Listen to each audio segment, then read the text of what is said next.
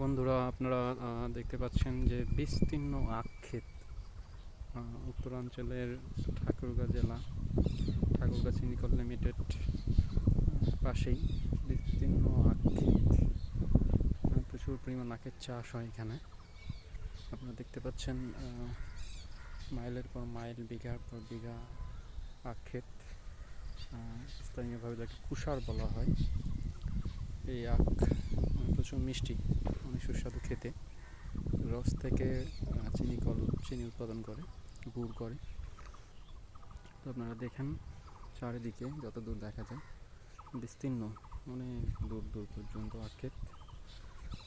যদিও চিনিকল অত্যাধিক লসে রয়েছে, সঠিক পরিচর্যা অথবা সঠিক ব্যবস্থাপনা ইত্যাদির কারণে অনেক পিছিয়ে যাচ্ছে দিন দিন।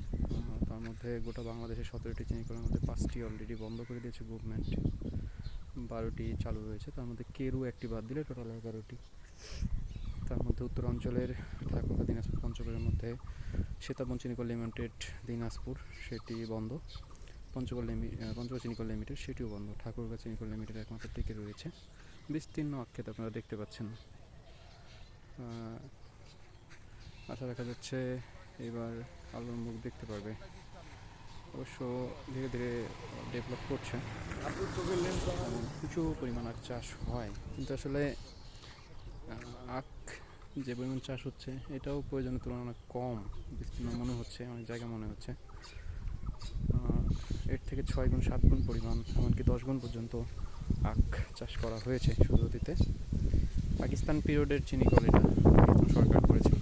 সেই সময় অনেক পাকিস্তান সরকার তো মূলত পাট, চিনি, চামড়া, চা, লবণ, পূর্ব পাকিস্তানের 5টি সম্পদ শোষণ করে খাচ্ছিল তারা। দেশ স্বাধীনের পরে ধীরে ধীরে আসলে আমরা স্বাধীন হয়েছে ঠিকই, কিন্তু এটা সুফল আমরা ভোগ করতে পারিনি।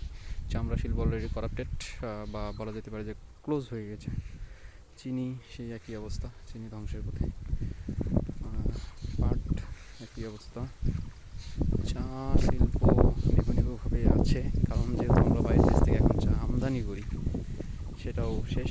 লবণ শিল্পটা মোটামুটিভাবে টিকে আছে।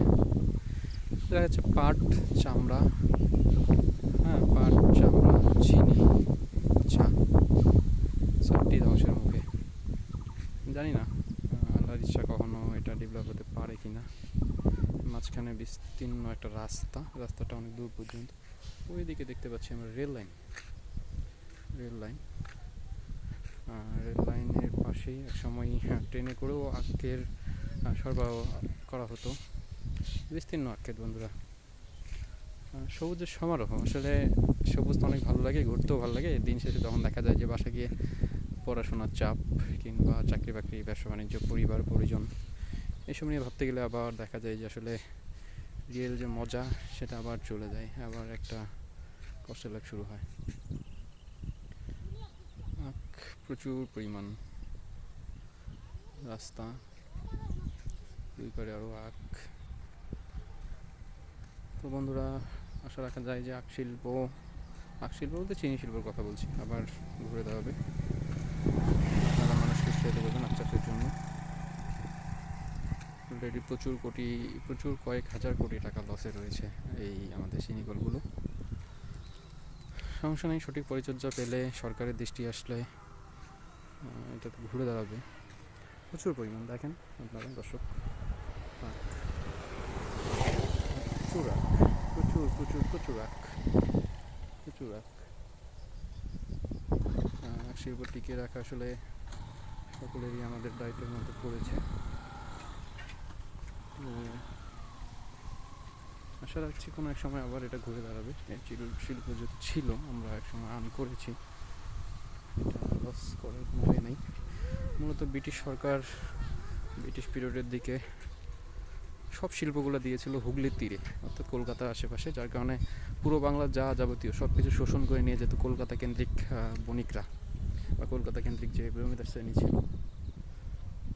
পরবর্তীতে লাস্টের 3 মেয়াদে বাংলা 3জন মুসলিম প্রধানমন্ত্রী ছিলেন, তারাও আসলে শিল্পটাকে এদিকে নিয়ে আসতে পারেনি।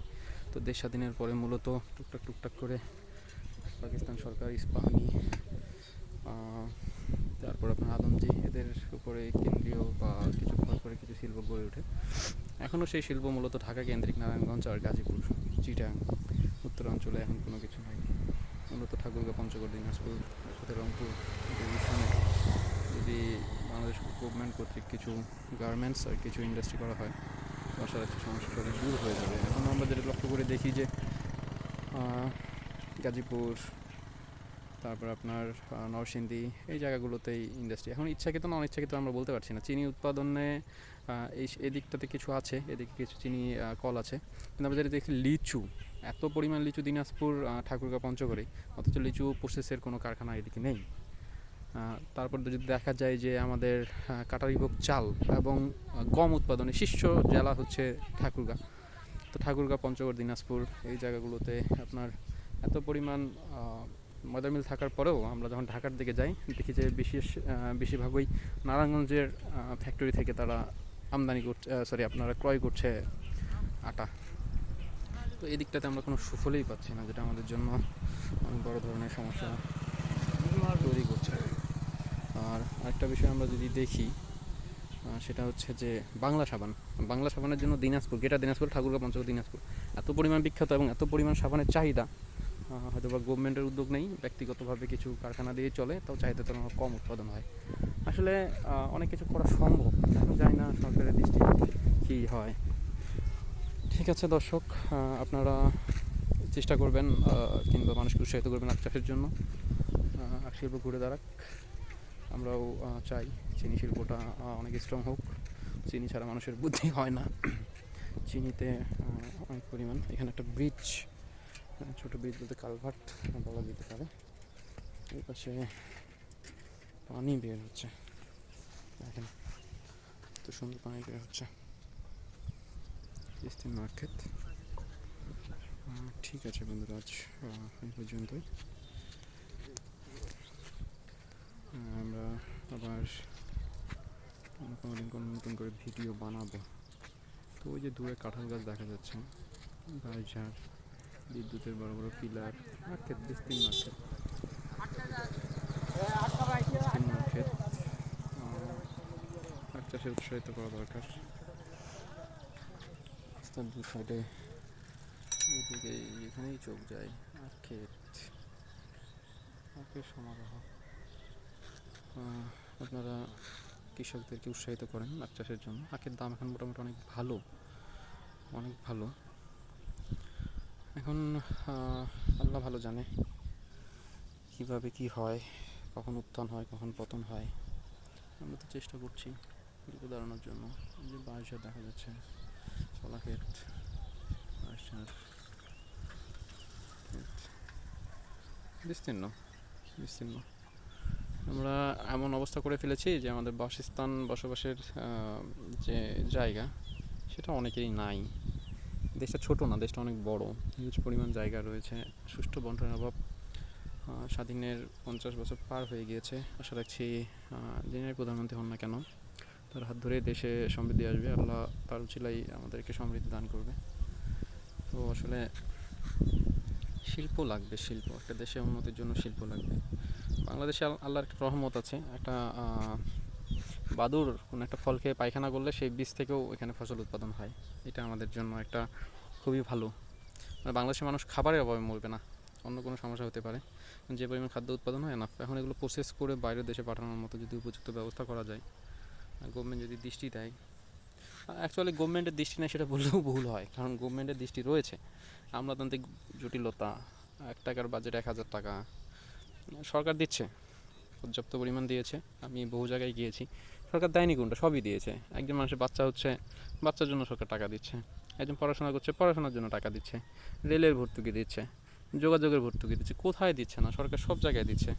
আমি জানি না এখন এটা সুষ্ঠু বন্টন কেন হচ্ছে না, বা এটার জন্য গভর্নমেন্ট কেন তদারকিটা সুষ্ঠুভাবে করছে না। বিস্তীর্ণ আক্ষেত, প্রাণ জুড়ে যায়। অনেক সময় বড় হবে, অনেক সময় না, এক সময় বড় হবে। এই জায়গাগুলোতে আসলে এখানে মূলত তারা আখ চাষ করতে চায় না।